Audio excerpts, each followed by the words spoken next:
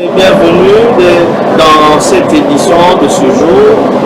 Vous savez, nous sommes jeudi le 16 janvier 2025, donc jour pour jour, 24 ans que depuis Laurent Désiré Kabila fut assassiné dans son bureau de travail en plein jour, c'est palais des Marques. Et jusqu'à ce jour, c'est qui est bien. Le décor est toujours intact. Le fauteuil dans lequel il fut assassiné avec les trous du fait des balles, tout est toujours en place. Et aujourd'hui même, comme d'habitude, les portes ont toujours été ouvertes et les Congolais rendent visite pour essayer de ressentir un peu la douleur de cet événement en cas. Vous le savez, c'était la toute première fois que les Congolais ont vécu l'assassinat d'un chef d'État, de leur président de la République étant en fonction. Parce que Kasavubu, le tout premier président congolais, il n'a pas été assassiné, il a fini son mandat et puis il est allé mourir plus tard. Bien qu'il a été débarqué, mais à l'issue d'un coup d'État, il est allé mourir plus tard. Il n'est pas mort pendant qu'il exerçait les fonctions du président de la République. Mobutu Nayama, après ses 32 ans de règne, chassé par la coalition militaire rwando-ougandaise qui portait Laurent Désiré Kabila, on va en parler, et Mobutu est allé mourir au Maroc. Ça veut dire qu'il n'est pas mort en tant que président de la République. Laurent Désiré est venu par la suite. Succession de politique. Lui a trouvé la mort en tant que chef de l'État. C'était un événement, c'était une émotion parce que les Congolais n'avaient jamais vécu cela auparavant et ne souhaiteraient même pas revivre encore un tel scénario, sinon un tel événement. Nous sommes un peuple qui n'est pas habitué à vivre, à se réjouir du sang de leurs compatriotes. Alors qu'en est-il pour un peu, on va essayer de ramasser quelques points essentiels parce que vous savez, l'histoire de Laurent Désiré est très longue. Laurent Désiré n'était pas quelqu'un qui était comme une soupe, comme un cheveu qui est tombé dans la soupe. Il se lance en politique déjà à l'âge de 17 ans. Là, il est président de la jeunesse katangaise. Et il avait été élu comme cela à cet âge-là. Et déjà, vous comprendrez que donc, il a été en politique active en moins de 20 ans.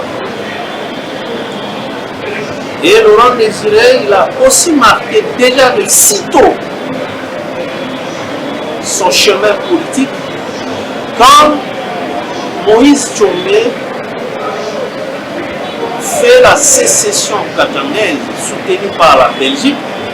Laurent Désiré, moins de 20 ans de son âge, il s'est opposé à la sécession katangaise. Comment un jeune de cet âge-là pouvait réfléchir en termes de nation? Il se dit non, on n'a pas besoin de ça. Le Congo doit vivre en tant que nation. Donc c'est juste pour relever le fait que le nationalisme de Laurent Désiré n'est pas un fait du hasard, mais c'est vraiment quelque chose qui était, je peux dire, inné. Parce que quand on est à moins de 20 ans, naturellement, il ne pouvait que soutenir le grand leader du Katanga de l'époque, Moïse Tchombe. Mais Laurent Désiré s'était opposé. Et farouchement. L'histoire est très longue à ce niveau-là. Mais ce qui est important ici, on a évoqué cela juste pour ressortir. D'abord, son aspect, son esprit de nationalisme. Dès le bas âge, parce que quand on a 20 ans, 19 ans, 18 ans, on est encore livré à une sorte de subconscience ou inconscience, sinon l'irresponsabilité, malgré que c'est dans les temps anciens. Donc c'est peut-être aussi pour faire comprendre à ceux qui pensaient que Mouzé est arrivé comme ça et il a commencé la politique dès lorsqu'il a occupé les fonctions de président de la République. En 1961, Mouzé était étudiant et à l'assassinat de Patrice Emery Lumumba, qui était comme son modèle, qui s'inspirait beaucoup à lui, il appréciait le raisonnement de Lumumba, entre autres ce nationalisme-là. Parce que Lumumba, c'était la deuxième volonté après le roi Léopold II, malgré qu'il coupait nos ancêtres les bras. Mais cette volonté de vivre ensemble, de considérer que le Congolais doit vivre ensemble en tant que peuple. C'est comme ça qu'on a vu Lumumba se faire élire à Kisangani, lui qui était du Kasaï oriental. Lumumba disait que partout le Congolais se trouverait sur le territoire national, eh bien, Azali et Panaye peut faire cette politique-là. C'est ce qui avait aussi inspiré Mobutu. Parce que Mobutu a fréquenté Lumumba. D'ailleurs, beaucoup de choses que Mobutu a réalisées dès son entrée en pouvoir, c'était les plans, les projections de Lumumba. Entre autres, la création de la Banque centrale, la Banque nationale, parce qu'on n'en avait pas, la création de la RTNC en tant qu'instrument national de communication, la création d'une armée nationale, donc l'unité nationale, la cohésion, c'était Lumumba. Donc Mobutu s'était inspiré de Lumumba pour faire bien de choses, bien que par la suite, il a développé, quant à lui, malheureusement, ce désir-là d'être éternel au pouvoir. Alors là, il a dévié, il est allé dans d'autres choses pour ainsi finir dans cette humiliation. Alors, Laurent Désiré, il quitte Kinshasa, il quitte la RDC à la mort de Patrice Emery Lumumba. Il suit dans la foulée ses aînés, Antoine Gizenga, qui était tous des socialistes. Gizenga qui va à Kisangani, ainsi de suite, bon, passant par Brazzaville. Et c'est comme ça que Laurent Désiré s'en est allé. Nous avions dit, il y a beaucoup d'événements, mais on n'a pas tout le temps de relater. Il faudrait au moins en faire plusieurs volumes. Mais l'essentiel est de faire comprendre que ce n'était pas quelqu'un qui est venu comme ça, et mine de rien, il avait toute une histoire. On va en parler aussi. Plus tard, toujours dans le souci de revenir occuper le pouvoir en RDC pour essayer de matérialiser ce qu'étaient ses pensées, Laurent Désiré a tenté par 2 fois des rébellions contre le maréchal Mobutu, d'où on a Moba 1, Moba 2, qui s'était soldé par des échecs cuisants. Il s'est fait fréquenter par le révolutionnaire Che Guevara dans son maquis, et quand les États-Unis ont appris que Che Guevara était dans le maquis de Musée, là c'est à Ewapora, dans les Fizi, là-bas je pense. Musée a supplié Che Guevara de partir parce que les avions de reconnaissance commençaient à survoler leurs différents maquis. C'est comme ça que Che Guevara a quitté les lieux. Musée ayant échoué face à la puissance de Mobutu, parce que Mobutu bénéficiait du soutien total des États-Unis à l'époque. C'était bien la grande époque de la guerre froide où il y avait le bloc de l'Est représenté par l'Union soviétique et le bloc de l'Ouest représenté par les États-Unis. Et cette époque-là a fait que les États-Unis, le bloc de l'Ouest, donc les capitalistes, les impérialistes, disons-le, avaient plus de besoin parce que leur terrain, c'était l'Afrique, le continent africain, où ils devraient exercer leur prédominance. Alors les États-Unis, sinon le bloc de l'Ouest, l'Occident, avait levé l'option de n'avoir pas besoin, donc de n'avoir besoin que d'hommes forts par rapport aux nations africaines. Donc pour les Africains, il était question d'avoir des hommes forts. C'est comme ça que l'Occident avait érigé des chefs d'État qui étaient forts, entre autres le maréchal Mobutu, qui avait aussi cette mission-là d'éliminer tous les pro-russes, tous les socialistes, tels les révolutionnaires, le président mozambicain qui avait trouvé la mort dans un crash, ce n'était pas même un crash. Il venait de la Zambie, ils étaient en réunion, en sommet avec le maréchal Mobutu et les autres. À son départ de la Mozambique, c'est là où le maréchal aurait sacrifié son ambassadeur, qui était l'ambassadeur du Zaïre en RDC, en Afrique du Sud. C'est lui qui a porté une mallette alors que la mallette était piégée sans le savoir. Il doit demander à son homologue mozambicain, Samora Machel, de prendre à son bord son ambassadeur qui, une fois arrivé au Mozambique, devrait maintenant faire la route pour aller à son lieu de travail dans sa juridiction, c'est-à-dire en Afrique du Sud, où il était ambassadeur de la République du Zaïre, donc la RDC. C'est comme ça que l'avion a craché, a explosé. Samora s'en était allé. Mobutu déstabilise l'Angola parce que Dos Santos n'était pas, c'était un pro-russe.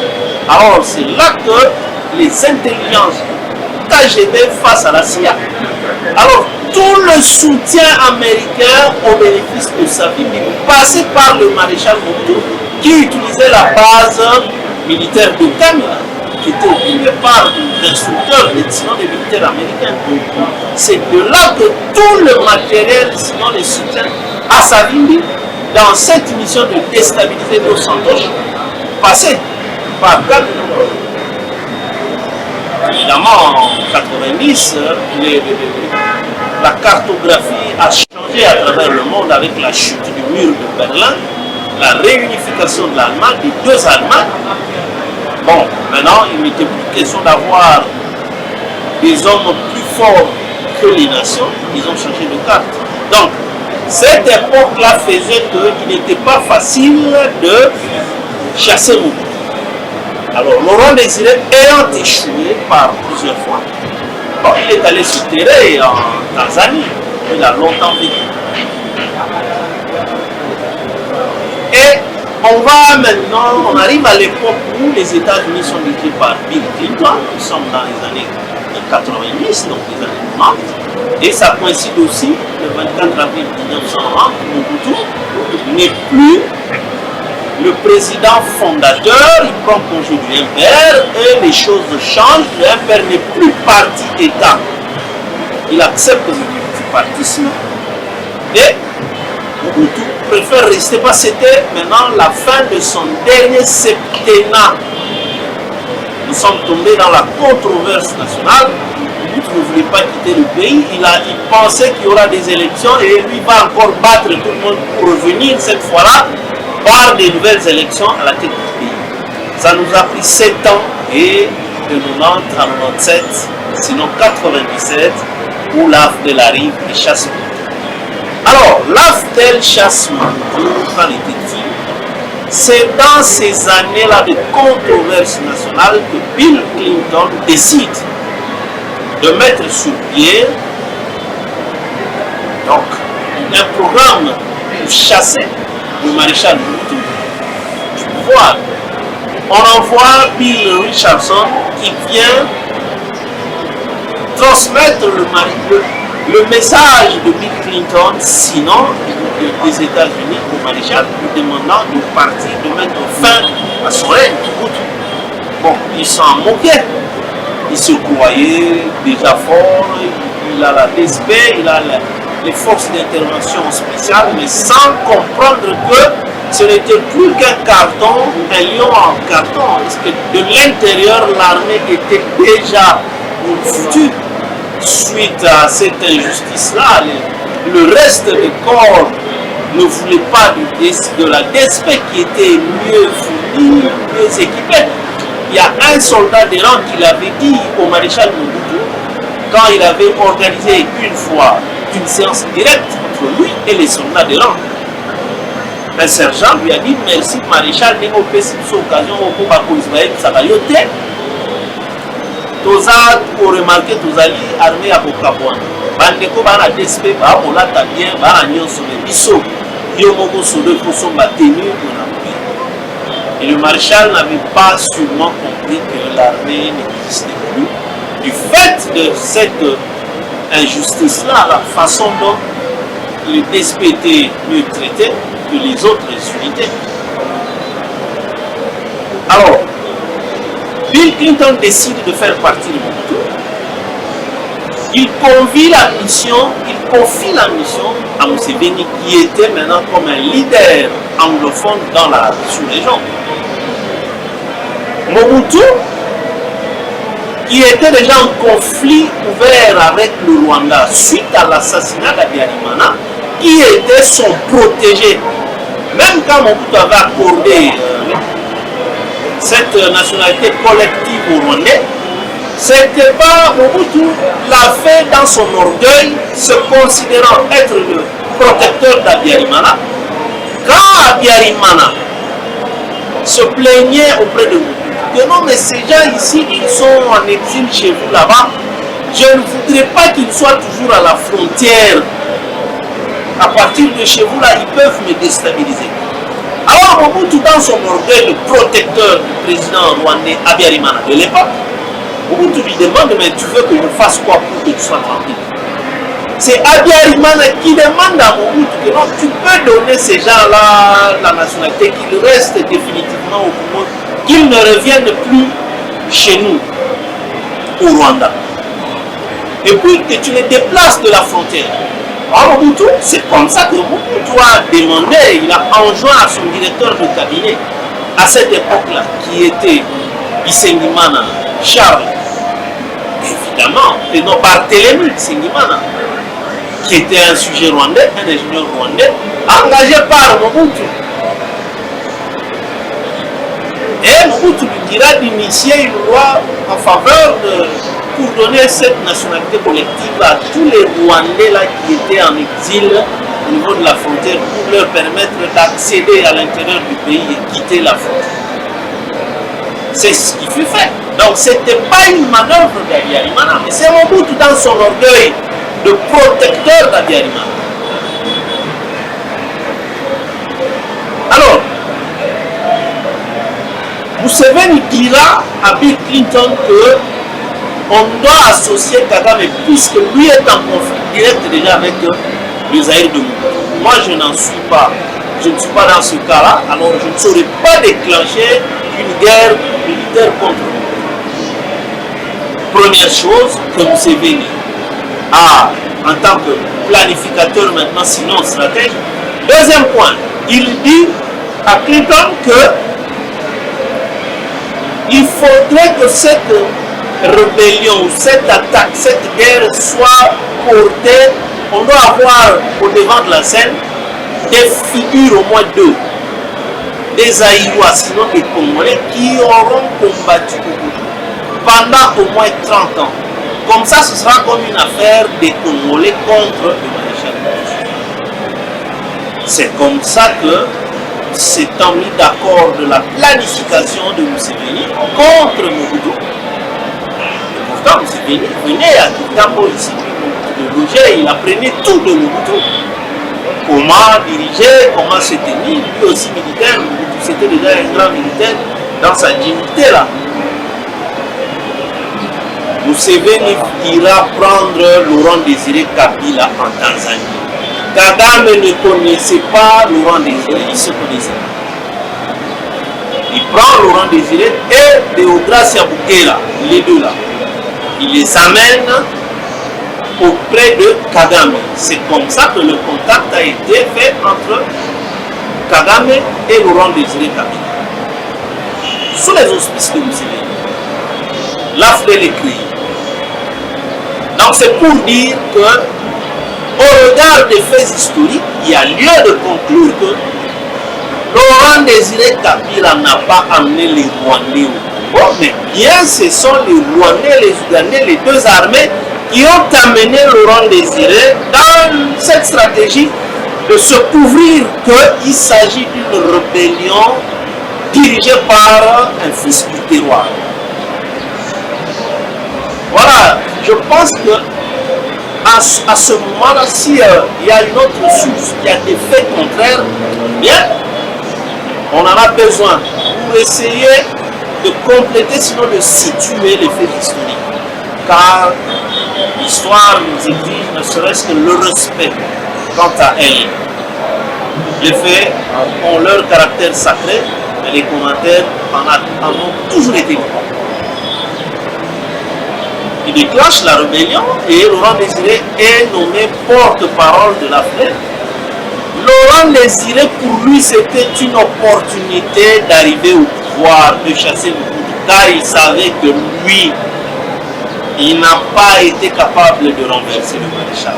La preuve que ce n'était pas lui qui chassait le couteau, quand la délégation du maréchal est allée en Afrique du Sud pour discuter, sinon négocier avec la rébellion, Honoré Mwanda arrive en Afrique du Sud, il se rend compte qu'il ne voit pas Kabila, il ne voit personne de ces rebelles-là, mais il voit une délégation qui est venue de Washington. Il discutait avec cette délégation-là. C'est ainsi qu'il appela Mobutu pour lui dire, mais mon maréchal, bon. Mais ici, moi je ne vois pas ni de Laurent Désiré Kabila ni qui que ce soit, mais je vois plutôt une délégation qui est venue de Washington. C'est pourquoi Mobutu avait promis d'écrire ses mémoires pour dire qu'à la face du monde, voilà comment ces gens-là fonctionnent, les Américains. Donc ceux qui ont chassé Mobutu, ce sont les États-Unis qui ont utilisé les deux armées, rwandaises et ougandaises, et on a porté Laurent Désiré Kabila pour crédibiliser cette rébellion-là. Et ça, vous savez, la mayonnaise avait pris. Regardez. Quand ils avancent, la rébellion maintenant commence à quitter l'Est pour le centre. Étienne Tshisekedi Wambumba n'a pas hésité d'ordonner à tous d'accueillir ceux qui arrivaient. Il a dit, parler de Laurent Désiré Kabila. Et c'est comme ça que celui-là, maintenant, il a joué aussi sa carte. À chaque fois qu'il prenait une province ou un chef-lieu, il organisait une élection qui va vite, main levée, et c'était que les membres ou sinon les présidents fédéraux de l'UDPS qui devenaient gouverneurs et vice-gouverneurs partout. Maniema, ici, tous ces gens-là, les Chadal, c'était des gens de l'UDPS. Ils sont ainsi entrés dans la FDEL. Sinon, même en Bujimaï, quand il arrive, je me souviens, c'était Mouyimou Lomba et Kabala Matoumou, tous deux des présidents fédéraux de l'UDPS, Kassai Oriental, qui ont été ainsi élus à main levée dans le stade de la Biba, gouverneur et vice-gouverneur, ainsi de suite. Mais Laurent Désiré savait que lui n'avait pas le pouvoir. C'était les Rwandais et les Ougandais, les gens qui portaient les armes. Donc lui n'avait pas mot à dire devant quelqu'un comme James Kabarebe. Souvenez-vous, une fois arrivé à Kinshasa, quand Étienne Tshisekedi ira pour rencontrer Laurent Désiré, mais les Roubewa et les autres lui ont dit niet. Parce que ce sont eux. Et Étienne avait compris que Laurent Désiré est pris en otage. Donc, il faut restituer l'histoire. L'histoire ne se raconte pas avec les émotions ou les sentiments, mais plutôt le respect des faits. Le respect des faits. Et Laurent, dans sa conscience, il se disait, ce qui était important pour moi, c'est d'arriver ici, tout chemin maintenant. Mais je dois me débarrasser de ces Rwandais ici et Ougandais, ils doivent rentrer chez eux. Il y a eu des problèmes et finalement, on a pris le dessus momentanément. On a même tabassé les Rwandais ici, on les a brûlés ici à Kinshasa quand vous avez lancé le mot d'ordre. Ils sont partis, vous avez été même étonnés. J'ai demandé aux Rwandais de rentrer chez eux, mais curieusement, j'ai vu même notre ministre des Affaires étrangères partir aussi. C'était ça le scénario. Et quand Raftel est retourné au Rwanda, ils sont revenus maintenant sous le label de RCD. Autrement dit, Rassemblement des Congolais pour la démocratie. C'est là où ils ont pris tous ceux qui étaient contre nous, des Congolais. Pour faire le même jeu, c'est-à-dire être les rideaux, ouvrir et crédibiliser en termes de national cette rébellion-là. Donc, l'histoire est trop claire. Et Mouzé, en réalité, il n'a fait que donc de 17 mai 1997 au 16 janvier 2001, c'est pratiquement 3 ans et quelques jours, sinon quelques semaines. Mais Mouzé a pu ressortir son esprit de nationaliste. On en a évoqué au début.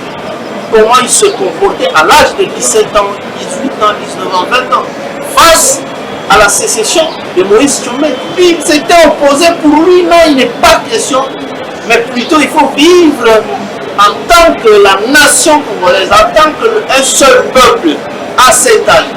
Et c'est cet état d'esprit, dans quelque chose qui lui était dans le sang, quelque chose d'inné, Yamakila, et revenir lié en tant que président de la République. Tout ce que nous vivons aujourd'hui, ça a été dit par Mouzé. Ce n'est pas aujourd'hui qu'on va apprendre à dénoncer le Rwanda. Mouzé a été en Belgique.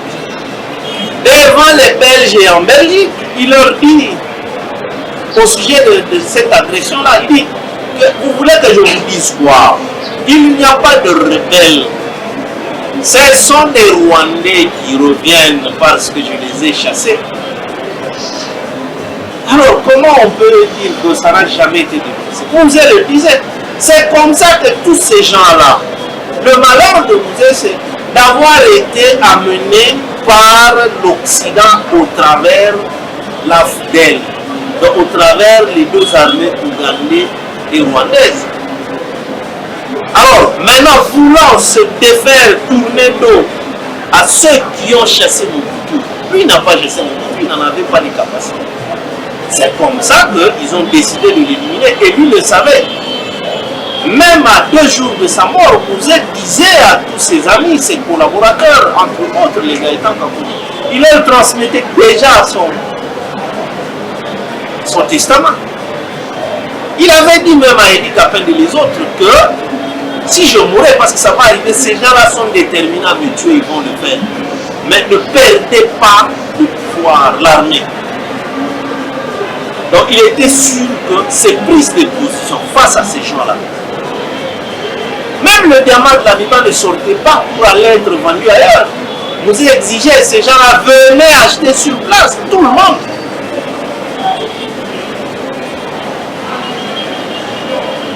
Donc les allures de Mouzé, et quelque part, il était aussi allé trop vite, regardez. Aussitôt arrivé quelques temps plus tard, Mouzé va chez Kadhafi, va visiter Muammar Kadhafi. Mouzé va au Cuba. Vous voyez, ça précipitait le réveil de ces impérialistes-là. Ils ont dit, ah bon, donc ce monsieur ici, les gens qu'il commence à fréquenter, eh bien, ce sont des anti-Occident. Mouzé va en Chine. Donc, il n'a fréquenté que les nations qui sont contre les États-Unis, contre l'Occident.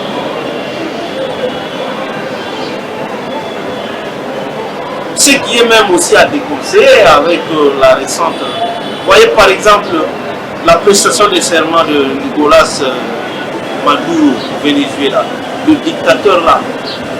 Pour nous, c'était inutile que le président Félix n'y soit représenté. Parce qu'il a envoyé une délégation dont son fils faisait partie. Parce que Nicolas Maduro, sur le plan international, il n'est pas bien vu. C'est un dictateur, c'est quelqu'un qui est qui est comme situé dans l'axe du mal. Alors le président Félix, avec tout ce que nous avons comme amis, il faut éviter de fréquenter des gens qui sont mal listés ou de l'Occident, qui garde toujours toute sa capacité de nuisance. Parce que tout ce qui se passe à l'Est, on ne voudrait pas trop en parler aujourd'hui parce qu'on s'est dit que c'est vraiment une date aussi importante. Mais c'est pratiquement un tableau qui est dessiné par l'Occident. Tout ce qui se passe à l'Est dans les temps actuels, sinon depuis longtemps. C'est leur vouloir, c'est leur plan.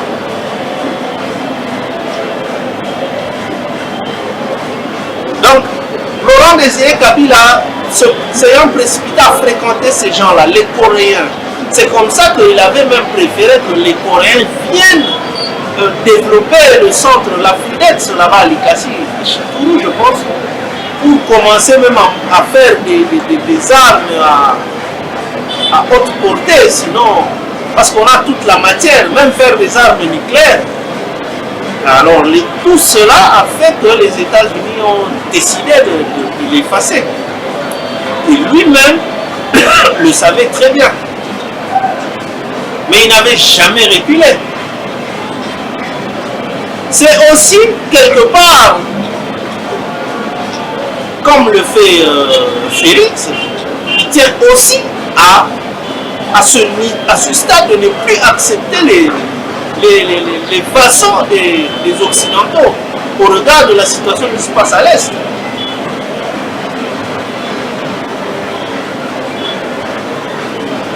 Quand il dit non aux négociations directes avec le M23, avec Corneille Nangaa, parce que les États-Unis sont maintenant plus clairs que de l'eau, de la roche. Ils exigent que Kinshasa doit aller en dialogue direct avec Corneille Nangaa, l'AFC et le M23. Tout ça pour cacher Kagame. Alors qu'ils font semblant de le sanctionner, mais en réalité c'est tout le contraire. Donc c'est encore mieux que nous puissions rejeter les assises de Luanda, même les assises de Nairobi, c'est de la foutaise tout ça là. C'est juste nous distraire, mais pendant que le terrain nous embrouille.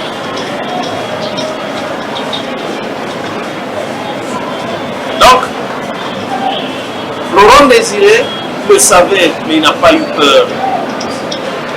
Voilà un nationaliste. Il n'a pas cédé à leur chantage. Il leur a dit en toutes circonstances qu'il n'y a pas de rebelles chez nous. Parce qu'on lui disait de donner des concessions à Museveni et à Kagame. Des concessions sur le sol congolais, notamment des mines d'or, des mines de cassiterite, des mines de coltan. Alors Museveni disait, mais quelle concession moi je vais encore leur donner? Parce qu'ils en ont déjà, ils exploitaient. Ils ont compris qu'avec ce monsieur, donc on ne va jamais se retrouver. Il rejetait le tout bloc. Quand une dame qui l'appelle, c'était l'ambassadrice, je crois, des États-Unis, Melissa Well, si je ne me trompe, pour lui dire, mais monsieur, mais les droits de l'homme sont violés dans votre pays. Mouzé lui dit, mais madame, on tue les gens à l'Est par les Rwandais, mais vous me parlez des droits de l'homme. Et Mouzé lui raccrocha le téléphone honnête. Et tout cela ne faisait que déterminer la volonté de l'Occident d'en finir avec Laurent Désiré, de l'assassiner. Et souvenez-vous, quand Mouzé est mort, la RFI annonce se référant à l'ambassadeur de la Belgique à Kinshasa. Quand Sakombi essaye de démentir l'information dans ses habitudes pour dire que non, il est blessé, on est en train de soigner ses blessures. Eh bien, la RFI, aujourd'hui soir, s'est rétractée en revenant sur l'ambassadeur de la Belgique et que ce dernier a réaffirmé que Mouzé était bel et bien mort depuis les avant-midi. parce que la Belgique avait la certitude de l'information. Il y a des détails qu'on ne saura pas donner. Parce que c'était affreux. Alors comment un ambassadeur qui est censé être dans son fauteuil, dans son bureau climatisé à Gombe, eh bien, il a une certitude de la mort de Mouzé si jamais il n'était pas en contact direct de ceux qui opéraient. C'est là que Idi Kapende avait été aussi pris comme un suspect. Parce que quand tu arrives, tu trouves déjà le présumé assassin, Rachidi soit-il, déjà on l'avait cassé les jambes par une autre garde du corps, il était par terre, il n'était pas mort. Le lieu à faire, il n'était plus en position de se défendre, c'était le prendre, l'amener à l'hôpital, le sécuriser, le soigner de ses plaies pour que celui-là passe aux aveux et dire qui l'a envoyé. Idi Kapende, lui, a préféré abattre, achever Rachidi qui était pourtant déjà, dont les jambes étaient déjà brisées par balle, par un autre garde du corps. Et pourquoi alors l'avoir achevé? Là, vous avez tué la piste, le tout premier suspect. C'est là que Idi Kapende aurait commis une faute. Bon, évidemment, Mouzé, on lui reprochait qu'il n'était plus en sainteté, en odeur de sainteté avec ses frères. Parce que vous savez, il avait arrêté. C'était vraiment un cas.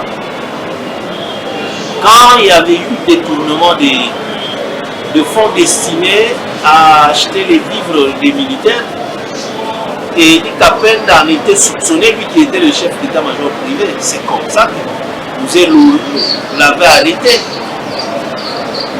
Et certaines sources disent même que même Mama Sifa aurait été aussi arrêté dans les mêmes circonstances. Alors, comprenez un peu l'état d'esprit de Laurent Désiré Kabila.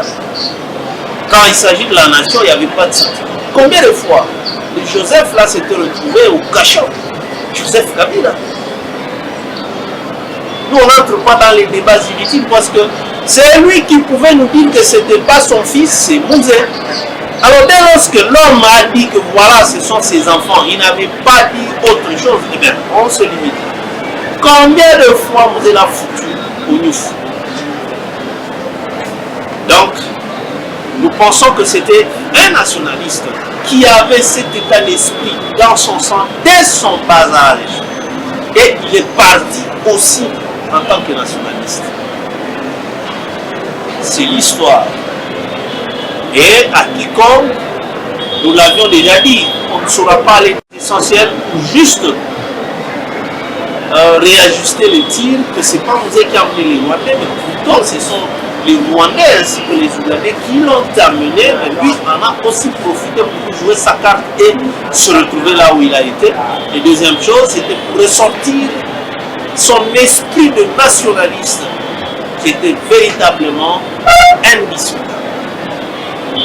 Voilà, merci d'avoir été avec nous et bien de bonnes choses à vous. Nous avons besoin des nationalistes pour défendre ce pays. Merci et on se retrouve au prochain.